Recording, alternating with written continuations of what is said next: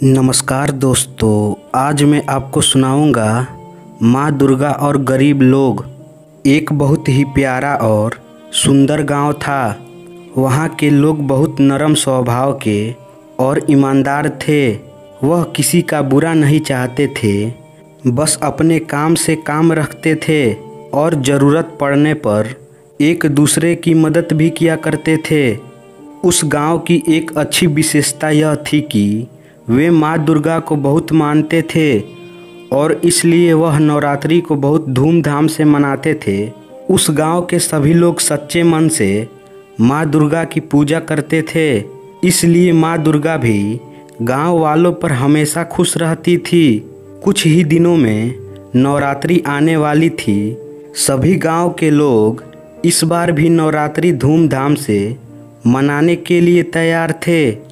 लेकिन कुछ दिनों से गांव में एक बात तेज़ी से फैल रही थी कि हमारे आसपास के गांव में एक ऐसी बीमारी तेज़ी से फैल रही है जिसका इलाज अभी मिला नहीं है और जो सभी लोगों को अपनी चपेट में तेज़ी से ले रही है।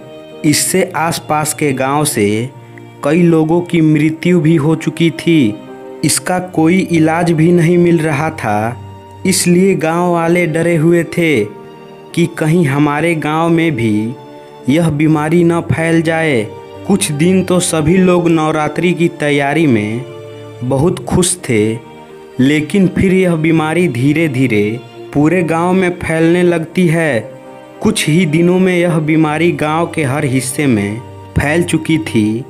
लोगों का घर से बाहर निकलना बंद हो गया था। हर घर से बस एक ही बातें बाहर आ रही थी कि इस बीमारी ने लोगों की हालात ख़राब कर दी है। सभी लोग परेशान थे। सिर्फ गांव के मुखिया ही एक ऐसे इंसान बचे हुए थे जिनको यह बीमारी नहीं हुई थी। उन्होंने सभी घर में जाकर लोगों की जांच की तो पता चला कि कोई भी व्यक्ति ऐसी हालात में नहीं है कि नवरात्रि मना सके। इसलिए मुखिया ने गांव में ऐलान करवा दिया कि इस वर्ष नवरात्रि नहीं मनाई जाएगी। गांव के सभी लोगों को तेज बुखार था, जिसके कारण काम कर पाना मुश्किल हो रहा था। गांव की बड़ी ही खराब हालत हो चुकी थी। माँ दुर्गा हर साल नवरात्रि आने से कुछ दिन पहले नवरात्रि की तैयारी देखने के लिए भेष बदलकर उस गांव में आती थी। इस बार भी जब वह वेश बदलकर गांव में आती है तो वे देखती है कि गांव तो सुनसान और एकदम खाली पड़ा हुआ है। ना ही तो कोई सजावट है और ना ही किसी लोगों की चहल पहल है। माँ दुर्गा जब पूरे गांव का भ्रमण करती है तब उनको पता चलता है कि गांव में कैसे बीमारी फैली हुई है, जिससे सभी ग्रसित हो चुके हैं। लेकिन उनको फिर भी दुख होता है कि आखिर यह गांव वाले नवरात्रि क्यों नहीं मनाना चाहते। माँ दुर्गा और गांव वालों पर बहुत ज़्यादा गुस्सा हो जाती हैं और वहां से गुस्से में चली जाती हैं।